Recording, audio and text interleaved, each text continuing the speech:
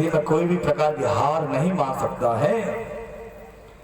एक दिन शुक्राचार्य ने कहा, बलि अब तुम सबकी सेवा करते हो, अब तो तुम गुरुओं का सम्मान करते हो, संतों की सेवा करते हो, जाओ स्वर्ग पर चढ़ाई कर दो, मेरा आशीर्वाद तुम्हारे साथ है, तुम्हें विजय प्राप्त अवश्य होगी। बलि राजा ने सेना को लेकर स्वर्ग पर चढ़ाई कर दी। स्वर्ग ही नहीं बल्कि तीनों लोगों पे विजय प्राप्त कर ली। राजा बलि ने तीनों लोगों को जीत लिया। इतनी ताकत आ गई, क्योंकि सच्चा कर्म करने से हर व्यक्ति को मात दी जा सकती है। अब तो धीरे धीरे सारे जीव स्वर्ग पे कब्जा कर लिया है। अब तो त्रिलोकी सम्राट बन गया राजा बलि। बलि महाराज तीनों लोगों के स्वामी बन गए। देवता मारे मारे भाग रहे हैं, देवता इतना इतना चिल्ला रहे हैं। इधर पुत्र के जीवन में संकट आता है तो सबसे ज्यादा कष्ट केवल माँ को होता है। माँ से बढ़कर और किसी को कष्ट नहीं होता है। माँ का पुत्र के प्रति जो स्नेह होता है वो किसी के प्रति नहीं होता। उसका माँ ही होती है, अपने पुत्र के सारे दुख सुख को जानने वाली होती है। देवराज इंद्र और देवताओं की माँ है आदिति। जो आदिति है वो देवताओं की माँ है। माता आदिति अपने बहन में बैठी हुई उदास शांत बैठी। भगवान श्री कश्यप ने माता आदिति से पूछा, अरे देवी आजकल आप इतनी उदास क्यों रहती हो? क्या बात है? आपका पूजा पाठ में मन नहीं लगता क्यों?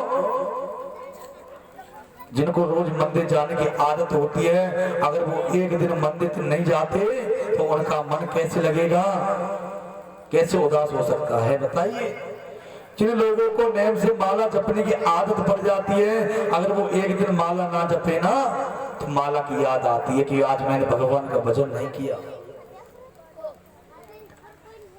इसलिए भगवान कश्यप ने माता अदिति से पूछा, अब ठीक तो है? माता अदिति बोली, सब प्रकार का आनंद है, कोई कमी नहीं है। मेरी उदासी का मूल कारण एक है, मेरे पुत्र देवताओं के स्वर्ग को राजा बलि ने छीन लिया है, चुरा लिया है। देवताओं के स्वर्ग को ही नहीं, उसने तीनों लोगों को जीत लिया है।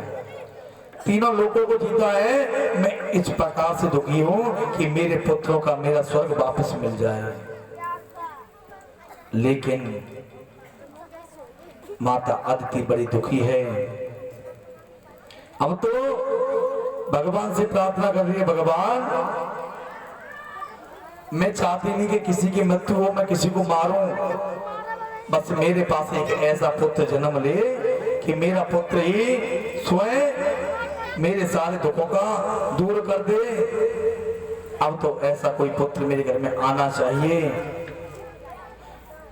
कितने संकट की बात है, आज मेरी पुत्र इंद्र मारा मारा भाग रहा है, सारे देवता त्राई त्राई चिल्ला रहे हैं। भगवान कश्यप ने अपनी पत्नी को समझाया, क्वं देवो भौतिको आत्मा त्वं चात्मं प्रकृते परम काश्यम के पतिपुत्राध्याय मोह एवं ह्युंकारणम्।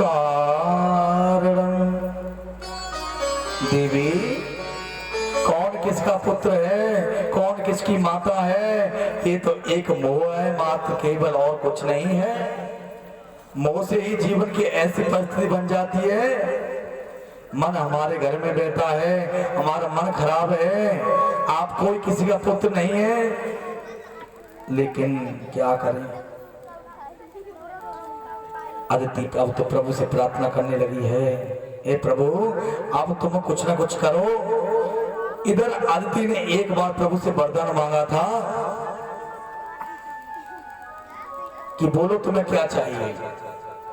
तो अदिति ने भगवान से कही थी कि तुम मेरे यहाँ एक दिन पुत्र बन के आना, मैं अपने हाथों से तुम्हें भोजन कराना चाहती हूँ। अब वो क्षण अदिति को याद आ गई।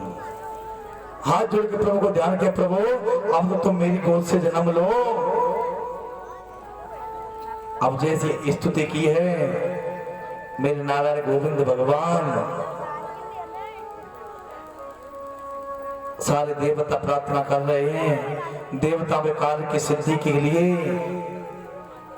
आपको एक बात और बता दें कि ये भादों के महीने में कुछ ज्यादा ही बढ़िया होता है जो भादों का महीना होता है, क्योंकि इसमें ही तो राधे रानी ने जन्म लिया था। राधा ने, मेरे कान्हा का भी अवतार, मेरे ठाकुर जी का अवतार भी भादों में हुआ था, बलराम का जन्म भी भादों में हुआ था, वामन भगवान का अवतार भी भादों में हुआ था, और सुखदेव स्वामी ने राजा परीक्षित को कथा भादों में ही सुनाई थी।